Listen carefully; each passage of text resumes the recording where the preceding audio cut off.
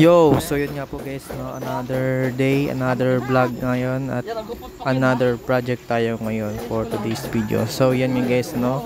So sa ating roofing works ay ngayon ay dito sa aming residential project ay ngayon araw nga po ay nagkakabit kami ng C-channel para sa aming roof framing.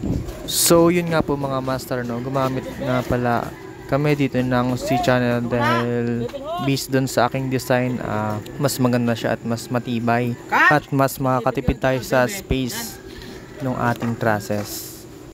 And so yun nga guys, no, ito nga po yung kabila ng part ng aming residential house project. So ito yung part na kabila na C-channel din yung ginamit namin. So ganito rin yung kakalabasan nito. Yung una nating video guys, yun yung po yung sa may harapan siya, dun sa may balcony. So ito mga guys yung finish nating output, yung gumamit tayo ng C-channel.